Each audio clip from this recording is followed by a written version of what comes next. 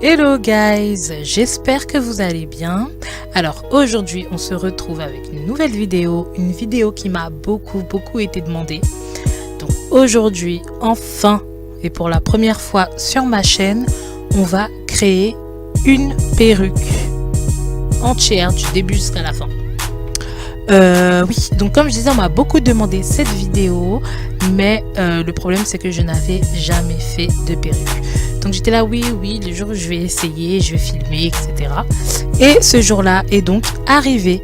Donc là, comme vous pouvez le voir, j'ai reçu mes bundles, j'ai reçu mes cheveux. Donc j'ai reçu une frontale que je vous montre actuellement.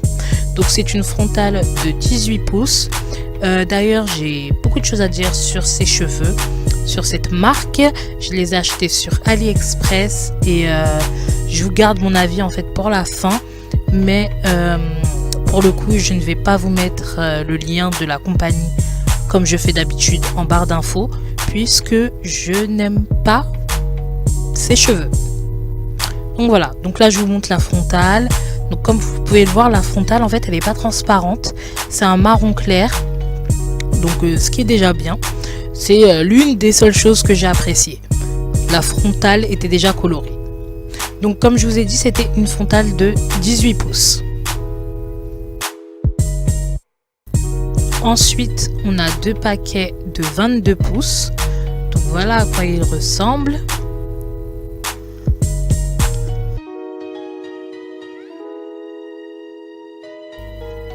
Et enfin, mon dernier paquet de 24 pouces. Donc voilà. Donc c'était un lot et dans ce lot j'avais une frontale de 18 pouces, deux paquets de 22 pouces et un paquet de 24 pouces. Tout ça pour 88 € sur AliExpress.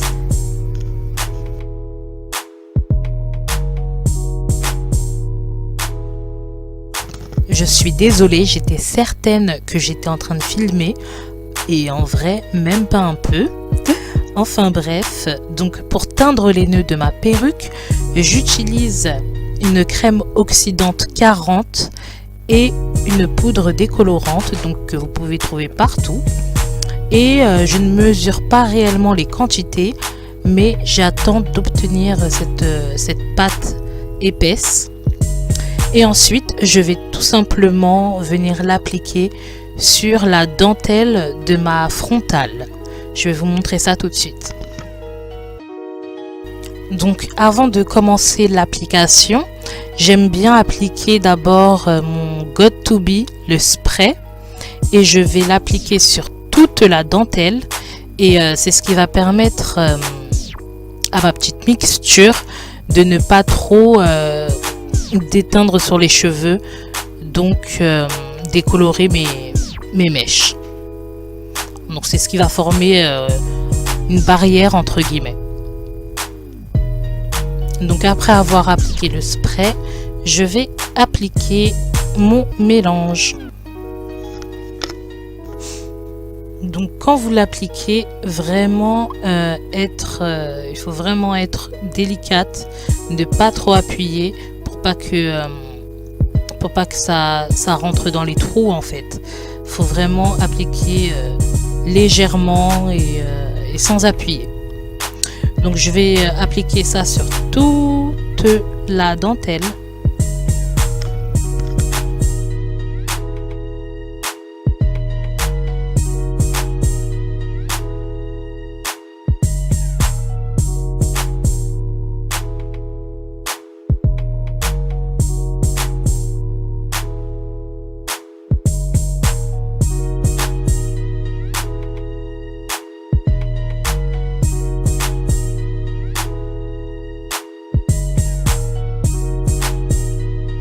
Ensuite, je viens enfermer tout ça avec un papier aluminium. C'est ce qui va accélérer le processus.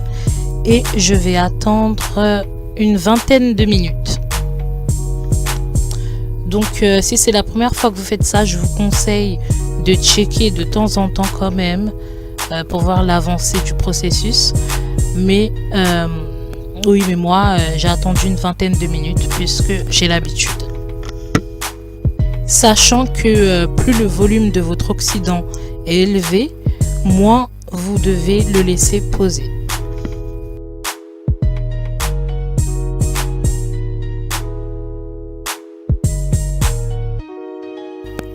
Donc les 20 minutes sont écoulées et je ne sais pas si vous pouvez le voir, mais les racines sont un peu dorées orangées et c'est ce qui vous permet de savoir que la décoloration a bien agi. Donc on va rincer ça tout de suite. Donc voilà ce que ça donne après avoir blanchi les nœuds. Vous avez vu, c'est un look beaucoup plus naturel. Je vais vous montrer en comparaison une partie où je n'ai pas blanchi les nœuds. Et vous allez voir tout de suite la différence.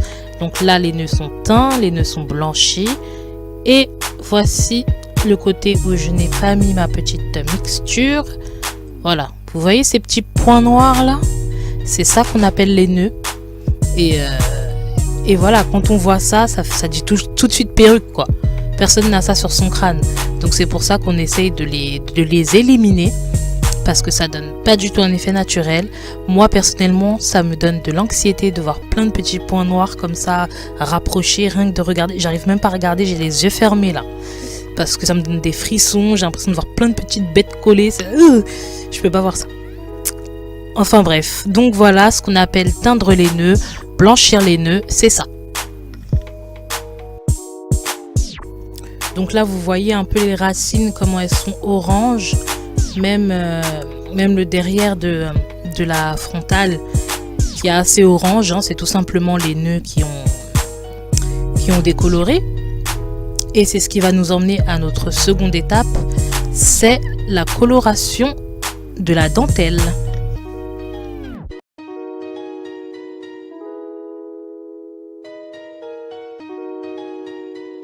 Donc là, comme vous pouvez le voir, les racines sont très oranges.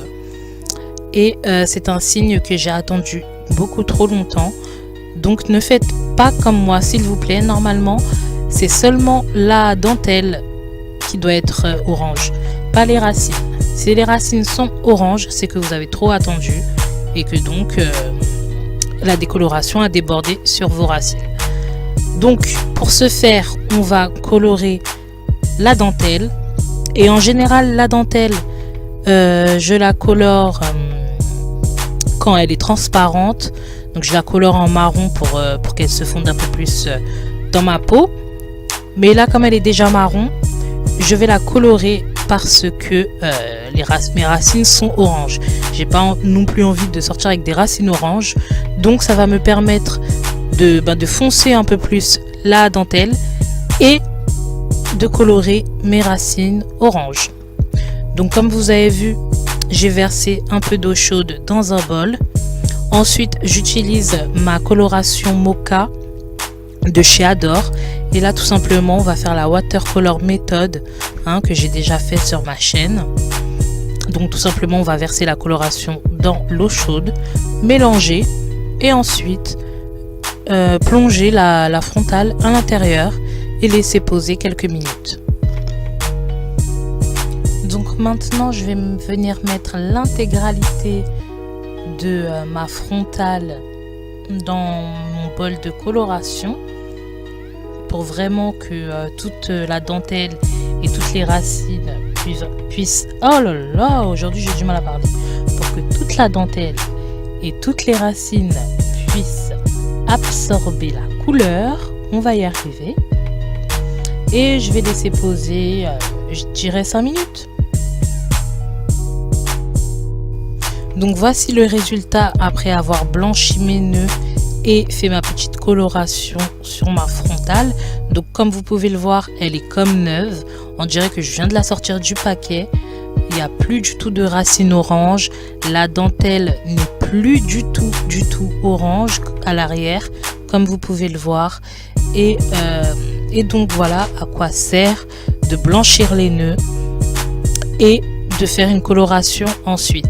C'est vraiment une étape indispensable si vous voulez avoir une frontale qui donne un effet naturel, qui fait naturel, puisque ça va enlever tous les petits points noirs et comme vous pouvez le voir, ça se fond en fait sur ma peau et ça fait vraiment naturel.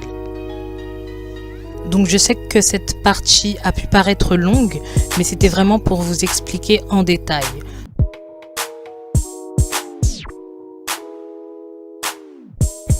Donc on va enfin passer à la confection de la perruque. Pour ça, j'utilise un bonnet extensible que j'ai acheté à Château d'Eau. J'utilise ma tête de perruque que j'ai acheté sur AliExpress. Je vais vous mettre le lien en barre d'infos. Cependant, c'est une tête de 23 cm, donc c'est une très grosse tête. Veillez s'il vous plaît à choisir une tête pas très grosse, puisque quand vous allez faire votre perruque, la perruque va prendre la forme de cette tête et non la vôtre, à moins que vous fassiez les mesurations et compagnie. Donc évitez de prendre une tête trop grosse ou trop petite. Donc on va ensuite venir placer notre frontale fraîchement préparée. Et vraiment, il faut vraiment être super méticuleuse, puisqu'il faut vraiment la placer au milieu. Donc il n'y ait pas une partie plus grande que l'autre des deux côtés de l'oreille. Il faut vraiment que ce soit au milieu quoi. Donc une fois qu'elle est bien placée, et encore là maintenant que je regarde la vidéo, c'est pas du tout la même longueur des deux côtés. Bref. Donc une fois que je l'ai placée au milieu, je viens appliquer des petits pins là, je sais plus comment ça s'appelle, pour faire tenir la frontale. Donc j'en applique un au milieu, un à droite et un à gauche. Ensuite pareil pour derrière. Donc je vais vraiment venir étirer la frontale et ensuite la fixer. Donc je vais la fixer des deux côtés, donc à droite et à gauche et au milieu. Donc vous voyez comment la frontale est super plate de ce côté, elle s'élève pas, il n'y a pas de trou, il n'y a pas de vague. Et vous voyez de l'autre côté comment elle s'élève. Ça c'est vraiment à éviter, parce que si vous commencez à coudre comme ça, la frontale au final elle va être comme ça sur votre tête au final. Donc ça va faire des trous, ça va faire des vagues et vous n'arriverez pas à la faire tenir plate sur votre tête. Il y aura toujours des vagues, il y aura toujours des trous, il y aura toujours des bosses.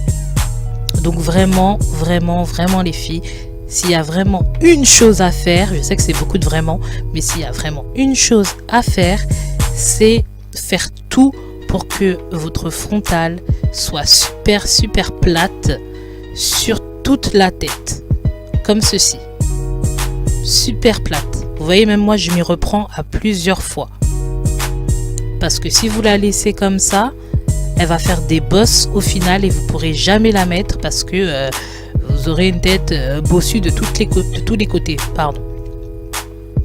Donc voilà, c'est vraiment le secret d'une belle frontale, c'est qu'elle soit vraiment plate juste avant de la coudre. Donc là vous voyez, je pense que ça y est, j'avais enfin réussi. Elle était enfin super plate comme je voulais. Je sais que ça fait beaucoup de super, mais c'est pour que vous puissiez bien comprendre. Vous voyez là, j'arrive même pas à mettre mon doigt. Il n'y a aucune bosse, aucun trou. Tout est plat. Donc une fois que ça c'est fait, je vais venir Et oui, vous voyez devant. Par contre, devant c'est normal qu'il y ait des bosses comme ça, qu'il y ait une petite forme de M. C'est ce qu'il faut en fait. Vous devez vraiment avoir une forme de M devant. Donc si vous devez retenir quelque chose les filles, une forme de M devant et derrière super plat. C'est comme ça que vous aurez une frontale parfaite. Donc une fois que ça c'est fait, je vais venir attacher tous ces cheveux et je vais commencer à coudre. Donc comme c'était une toute première pour moi, j'ai décidé de commencer à coudre une partie hors caméra et de faire la seconde partie avec vous. Donc comme vous le voyez, c'est pas non plus un travail de pro, bien au contraire, j'ai fait ce que j'ai pu, mais le plus important c'est vraiment que ce soit bien serré et que ça tienne quoi. Que voilà, il n'y a pas besoin de faire des nœuds de fou, hein. Du moment que ça tient, du moment que c'est bien serré, ce sera parfait. Donc je vous vois venir à vanner mes mains sans crème, hein. C'est parce que après tous mes shampoings, mes colorations, mes décolorations, voilà le résultat. Enfin bref, donc là comme vous le voyez, je couds péniblement et comme je vous l'ai dit, je fais rien de fou. Je couds vraiment basiquement, mais par contre j'essaye de bien serrer, de parfois même coudre le même endroit plusieurs fois.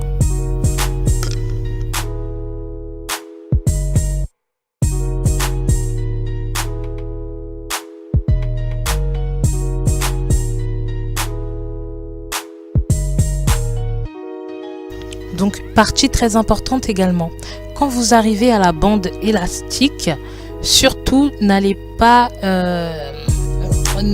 coudre la bande élastique.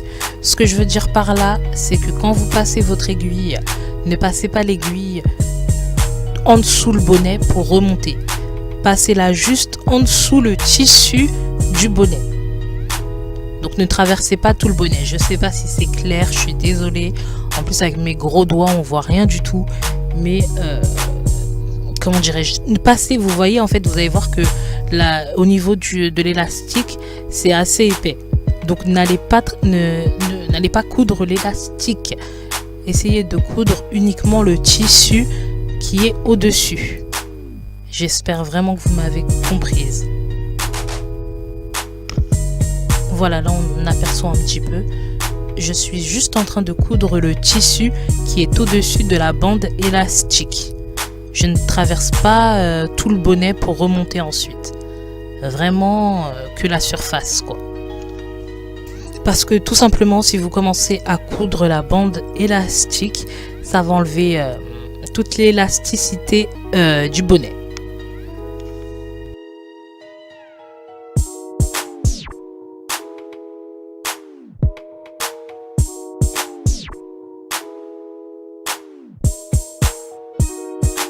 Donc comme vous l'avez vu, je vous ai pas vraiment expliqué en détail l'étape couture parce que tout simplement je suis zéro en couture. Je suis sûre que vous vous y connaissez mieux que moi.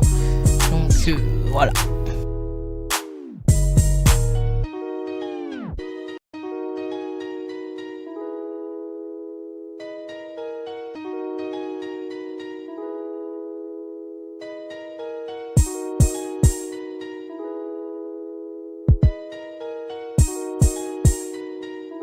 Aussi, quand vous arrivez à la fin, n'oubliez pas de vraiment sécuriser votre couture. Donc là, moi, ce que je suis en train de faire, c'est que je suis en train de faire des nœuds.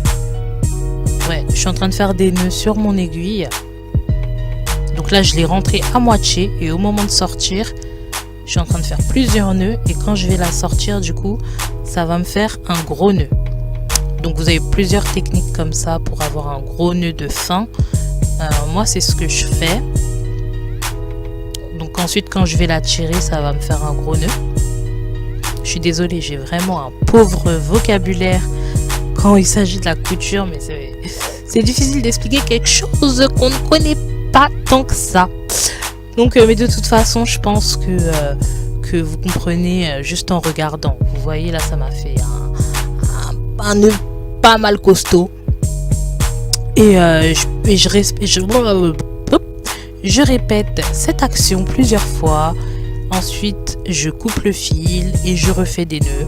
Enfin bref, voilà, vous connaissez. Vous avez vu, là, je suis en train de vous montrer le gros nœud que j'ai fait. J'étais tellement fière de moi. Enfin bref. Donc voilà, surtout, tout ça pour vous dire que surtout, n'oubliez pas à la fin de bien sécuriser votre travail.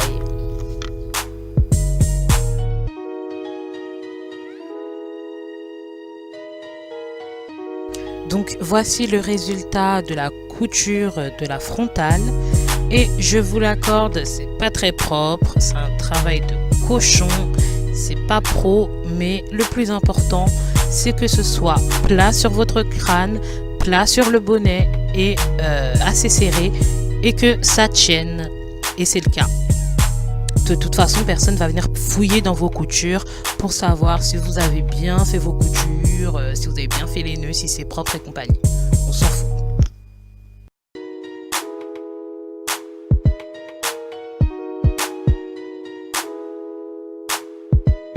Donc maintenant, on va passer à la partie la plus simple et la plus rapide. On va venir coller les cheveux au bonnet. Donc là, tout simplement, je suis en train de mesurer la longueur des cheveux dont j'ai besoin, comme vous le voyez. Une fois que j'ai la longueur dont j'ai besoin, je viens couper. Et ensuite, je vais venir coller. Donc pour coller, j'utilise mon pistolet à colle de chez Action. Je l'ai eu à 2,99 €. Donc voilà, je viens faire une bande de colle. Et ensuite, je vais venir coller mes cheveux sur cette bande. Et je vais réitérer le même procédé jusqu'à la fin.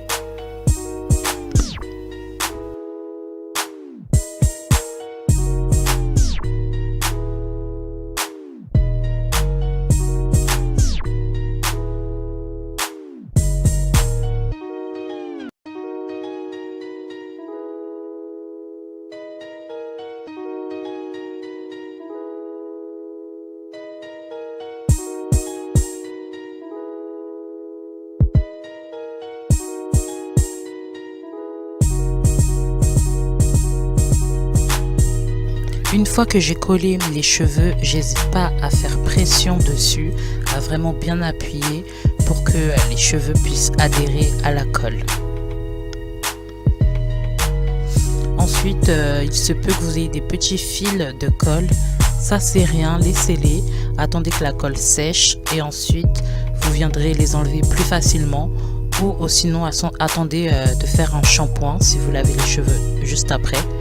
Et tous les fils de colle vont partir, tous les fils de colle emmêlés dans les cheveux, etc.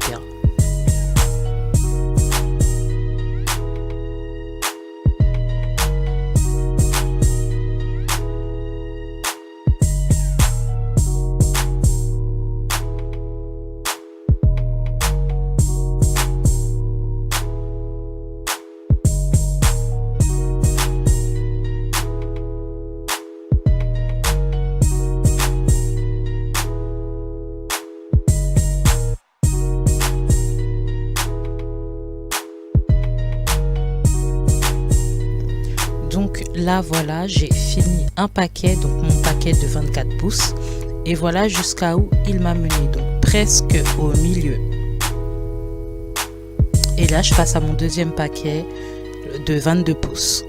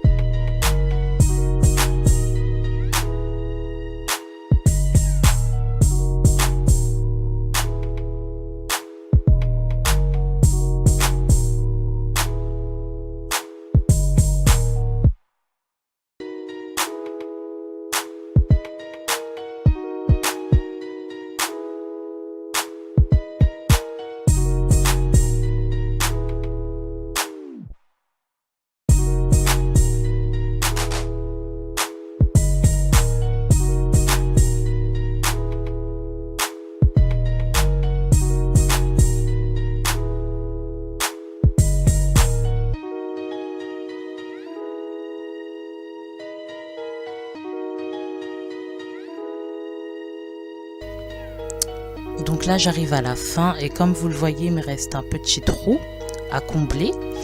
Et c'est vraiment pour vous dire qu'il ne faut pas laisser d'espace entre votre lace frontale et vos bandes de cheveux. Parce que moi je pourrais m'arrêter là et dire bon c'est bon, j'ai terminé. Mais ça va vous faire des trous quand vous allez mettre votre perruque. Donc c'est à éviter. Et c'est pour ça qu'il faut vraiment combler les trous jusqu'à la fin. Là je pense que c'est bon, j'ai terminé. Donc voici ce que donne la perruque. Comme vous le voyez, elle est vraiment pleine, très volumineuse parce que j'ai utilisé les 3 paquets plus la frontale. Je pense que la prochaine fois j'utiliserai que 2 paquets parce que moi j'aime pas vraiment quand c'est touffu comme ça. Mais donc voilà, pour celles qui veulent vraiment du volume, utilisez vos 3 paquets. Moi il me restait, j'ai utilisé les 3 paquets, je crois qu'il me restait peut-être 5 cm d'une bande et j'avais fini. Mais bon, c'est toujours mieux, vraiment c'est toujours mieux qu'il vous en reste, parce que si vous faites une perruque et qu'il vous manque des cheveux, c'est la catastrophe. Bon courage. Donc voilà ce qu'elle donne. Donc voilà ce que donne la perruque lissée, moi je préfère lisse parce que tout à l'heure c'était un peu trop volumineux à mon goût. Et donc voilà, franchement pour une première fois, c'est la première fois que je fais une perruque, je suis plutôt fière de moi et vraiment maintenant je vais les faire tout le temps toute seule. C'est beaucoup moins cher, certes ça prend un peu plus de temps mais c'est moins cher. Aussi au début de vidéo je vous avais dit que je ne vous conseille pas ce vendeur, tout simplement parce que je trouve que la longueur n'est pas réaliste, les longueurs sont faussées. J'ai des perruques de 24 pouces beaucoup plus longues, donc voilà pourquoi. Et pour le coup on a fini. Donc vraiment les filles, si vous suivez toutes ces étapes, vous allez y arriver, ça sert à rien de se mettre la pression. Moi j'ai pris vraiment du temps, je sais pas pourquoi j'ai pris autant de temps avant de faire mes perruques toute seule, mais maintenant je vais les faire tout le temps toute seule. Donc voilà, je vous fais plein de bisous, j'espère que vous avez appris certaines choses avec cette vidéo, j'espère qu'elle pourra vous aider. Et n'oubliez pas de vous abonner, de liker, de partager. Et on se retrouve pour la prochaine vidéo. Bisous!